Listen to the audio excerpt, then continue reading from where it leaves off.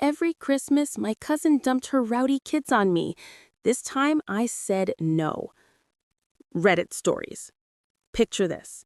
It's Christmas Eve, my turkey's in the oven, my house is finally decorated the way I wanted, and there's a knock at my door. I open it, and there she is, my cousin, designer luggage in hand, 3 screaming kids bouncing off my porch, already asking where the snacks are. She doesn't ask. She never asks. She just assumes I'll take them like I have every year for the past 7 years. But here's the thing nobody saw coming. This year, I don't step aside. This year, I stand in that doorway and everything we've both been avoiding for nearly a decade comes spilling out right there on my front porch. Hey, story lover. Welcome to the Narrative Hub, Reddit Stories. Believe me, this adventure gets wild, but it's only epic with you. Seriously, you make this possible. Want more stories? Greater adventure? Smash subscribe right now. Smash like. Comment below. Let's go. The silence that followed my refusal was heavy. Heavier than the oversized suitcases Olivia Taylor had dropped onto the concrete with the presumptuous thud. Her smile, a practiced veneer of holiday cheer, faltered and then cracked completely. Behind her, her 3 children, led by the eldest, a terror named Tyler, were already pushing past her legs, treating my home like a public park they had eminent domain over. But I didn't budge. My hand gripped the doorframe, knuckles white, forming a physical barricade between my sanctuary and her chaos. "What do you mean, no?" Olivia laughed, a high-pitched, nervous sound that didn't reach her eyes. She tried to step forward, expecting the social contract of politeness to force me to retreat. "Catherine, stop joking. We're running late for the airport. The flight to Cabo leaves in 3 hours. Ryan is already in the car."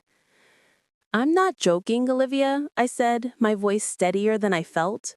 "I'm not watching them this year. You need to take your bags, take your kids, and get off my porch." To understand why this moment felt like defusing a bomb, you have to understand the last 7 years. It started innocently enough. 7 years ago, Olivia and her husband, Ryan Lillis, had a family emergency, a flooded basement, they said, and needed someone to watch the toddler while they dealt with contractors. I agreed. That emergency turned into a weekend getaway. The next year, it was burnout. They just needed 2 days. That turned into 5. By year 4, the pretense was gone. I had become the designated dumping ground. I was the free kennel for their untamed children while they jetted off to white sand beaches to sip margaritas. They saved thousands on childcare, and I spent my Christmas holidays scrubbing crayon off my walls, breaking up fistfights, and replacing broken electronics. Last year was the breaking point. They left on December 23rd and didn't come back until the 28th. In that time, Tyler had smashed a vintage vase my grandmother left me, and when I told Olivia, she didn't even apologize. She just texted back, "Boys will be boys, LOL, see you Tuesday." That LOL was the embers of the bridge I was currently burning. Back on the porch, the reality was sinking in. Olivia's face shifted from confusion to pure, unadulterated rage. "You can't do this," she hissed, lowering her voice so Ryan, waiting in the idling SUV at the curb, wouldn't hear. "The trip is non-refundable. We paid $5,000 for this resort, Catherine Edwards. You are not going to ruin this for me." "You ruined it for yourself when you assumed my time was worthless. For 7 years, I've been the doormat. I've sacrificed my peace, my property, and my sanity. You didn't even ask me this year, Olivia. You just sent a text with a Santa emoji and showed up." "Because that's what family does," she shouted, abandoning the whisper. The kids had stopped fighting and were now staring at us. Tyler looked confused. He had never seen anyone tell his mother no before. "Family doesn't treat family like unpaid labor," I said. "Take your kids, Olivia. I have plans." "Plans? What plans?" she scoffed, looking past me into my hallway. "You're single. You're alone. You're going to sit here and watch Hallmark movies? Don't be selfish." That word, selfish, snapped something inside me. It was the weaponization of my single status, the implication that because I didn't have children of my own, my time belonged to those who did. My plans, I said, leaning in close, are to enjoy a house that stays clean for more than 5 minutes. Now goodbye. I stepped back and began to close the door. Olivia lunged.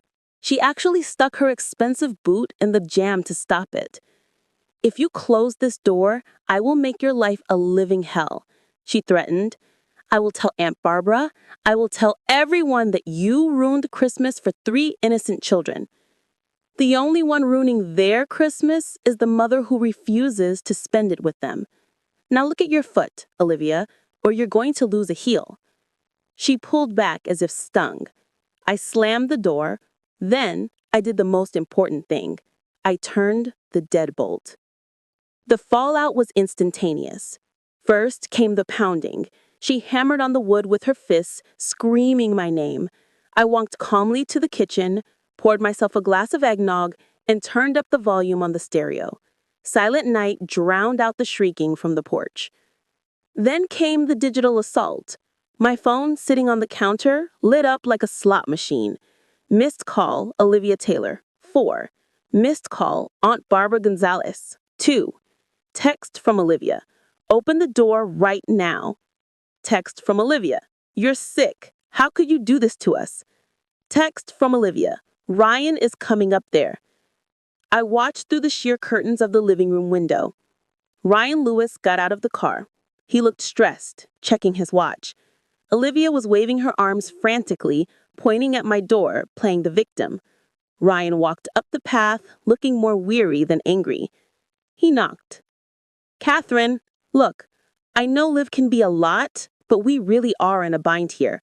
We can't take the kids to an adults-only resort. We'll pay you. Name your price. I didn't open the door, but I spoke through it. It's not about the money, Ryan. It's about respect. And frankly, it's about 7 years of being used. Go home. We can't go home, Olivia screeched from behind him. The house is being fumigated. I paused. Fumigated. That was a new one. Last week on social media, she had posted photos of her pristine, perfectly decorated living room. You're lying, Olivia. Go away before I call the police for trespassing. That was the nuclear option, threatening the cops on family on Christmas Eve. But it worked. Ryan, realizing the neighbors were starting to curtain twitch, grabbed Olivia by the arm. I saw him mouth the words, "It's over." He corralled the kids, who were now crying because they sensed the tension, and loaded them back into the SUV. Olivia flipped a middle finger at my house as they peeled away. I thought that was the end of it. I thought I had won. But I had underestimated the toxicity of the family grapevine. Within 20 minutes, my phone was practically vibrating off the table. Aunt Barbara Gonzalez, the matriarch of the family and Olivia's mother, had been deployed. I answered the phone on the third ring, putting it on speaker while I basted my turkey. Catherine. Barbara's voice was ice cold. I just got off the phone with a hysterical Olivia. She says you physically shoved her off your porch and traumatized the boys. That's a lie, Aunt Barbara.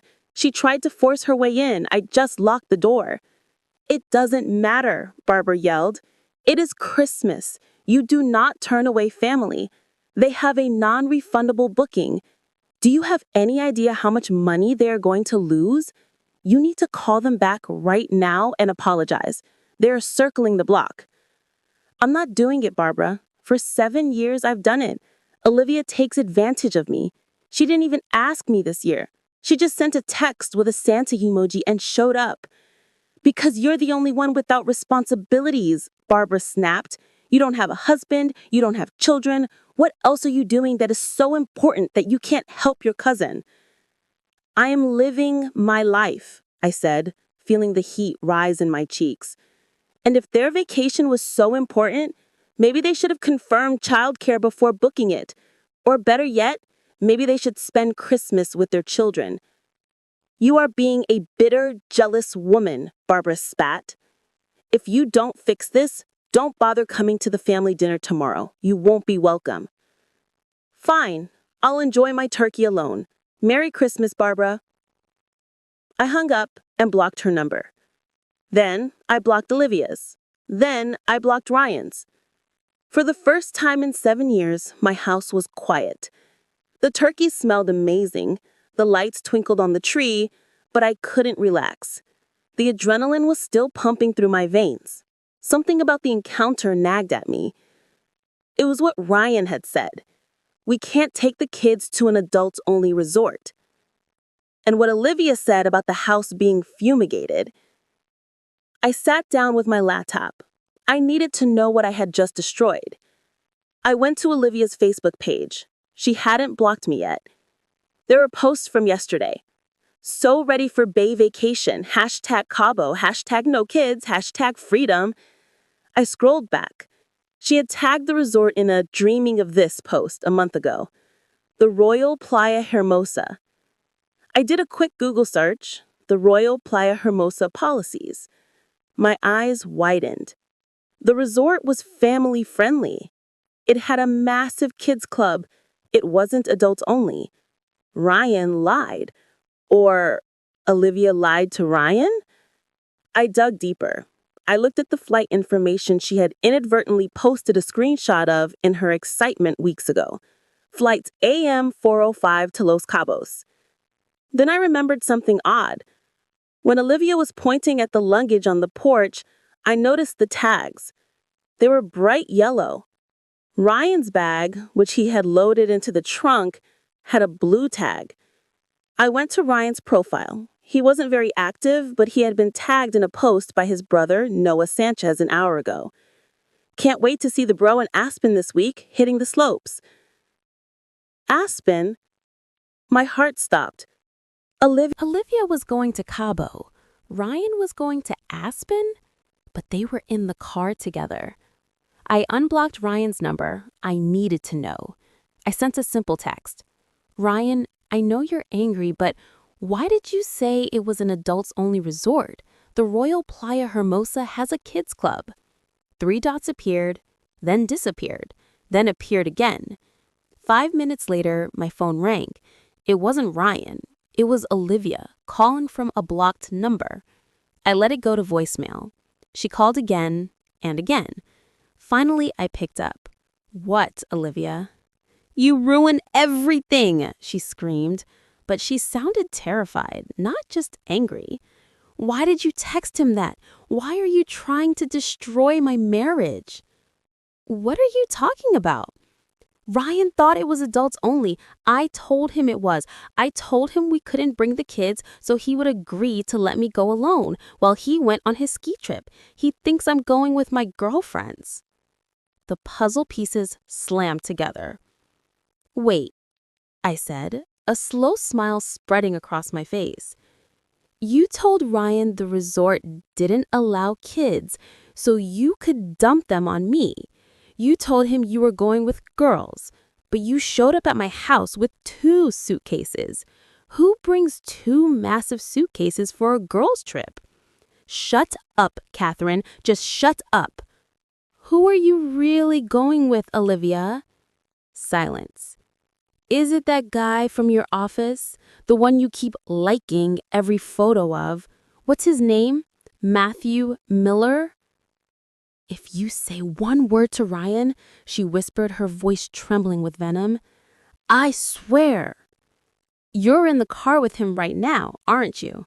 Driving back home because I wouldn't take the kids. So now you have to explain why you can't just take the kids to Cabo with you. We're pulling over, she said frantically. I have to go. The line went dead. I sat back on my couch, the silence of the room feeling different now. It wasn't just peaceful, it was victorious. The fumigation was a lie to get the kids out of the house so Ryan could leave for Aspen and she could leave for her affair. She had tried to use my home as the logistics hub for her infidelity. I looked at the text thread with Ryan. He hadn't replied. An hour passed. The sun began to set. I ate my dinner, enjoying every bite. At 8 p.m., my phone pinged. It was a notification from the family group chat, the one Aunt Barbara had told me I was banned from. Ryan Lewis has left the group. Olivia Taylor, please everyone, just stop. It's a misunderstanding. A misunderstanding? You bought a ticket for Matthew Miller on the same flight, Liv. Ryan saw the email on your iPad while you were in the gas station bathroom. Aunt Barbara Gonzalez, this is a private matter. Everyone stop typing. Jennifer Smith, another cousin. Wait, so Catherine isn't the villain? Liv was trying to cheat on Ryan and use Catherine as the babysitter? Me. Merry Christmas, everyone. The chat exploded. It was a digital war zone. Screenshots were flying. It turned out Ryan, upon realizing the adults-only lie, had demanded to see Olivia's phone. The lock I had put on my door had inadvertently forced them to stay together long enough for her lies to unravel. If I had taken the kids, she would have hopped in an Uber to the airport and Ryan would have gone to Aspen, none of the wiser. By refusing to be the doormat, I had exposed the rot in the foundation of their marriage. The next morning, Christmas Day, was quiet. I didn't go to the family dinner. I didn't need to. I heard from Noah Sanchez that it was a disaster. Olivia had fled to her mother's house. Ryan had taken the kids and gone to his parents'. The divorce filing came 2 weeks later. They say that if you let someone disrespect you once, they'll do it forever. I let my cousin disrespect me for 7 years. But the eighth time, I didn't just close the door on her. I closed the door on the version of myself that was afraid to say no. I sat on my porch on Boxing Day, drinking coffee.